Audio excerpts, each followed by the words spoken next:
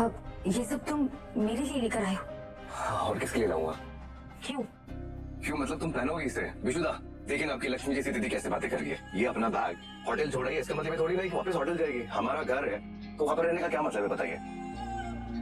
अभी बीमार है तो वहां से अकेले हॉस्पिटल थोड़ी ना जा सकती है। ठीक कह रहे हो। आप दोनों की बातें हो गई?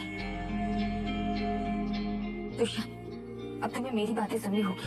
ठीक है, तुम्हें जो बोलना है बोल लो, लेकिन हम तुम्हें कहीं नहीं जाने देंगे। मुझे याद नहीं है कि ईशान इससे पहले कब खुश हुआ था।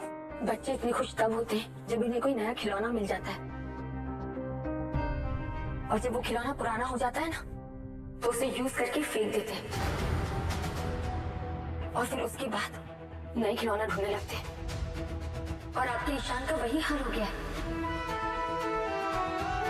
ईशान, मेरी एक बात याद रखो, मैं किसी का खिलौना नहीं बन सकती, और तुम्हारे लिए भी खिलौना बनकर नहीं रह पाऊंगी।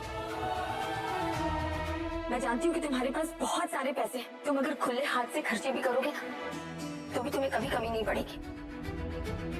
इसलिए जो चीज जरूरत की नहीं है, तुम उस पर भी पैसे बर्बाद कर सकते हो। तुम्हें चाहे अपने पैसों की कीमत हो या ना हो, पर मुझे अपने सेल्फ रिस्पेक्ट और आत्मसम्मान की बहुत कीमत है ईशान।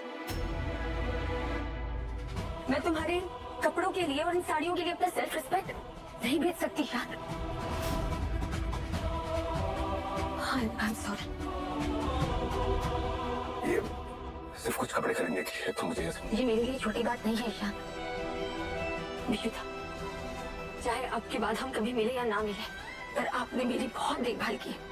इतने प्यार से मेरे लिए खाना बनाया, मेरा ख्याल रखा, मैं कभी नहीं भूल पाऊंगी।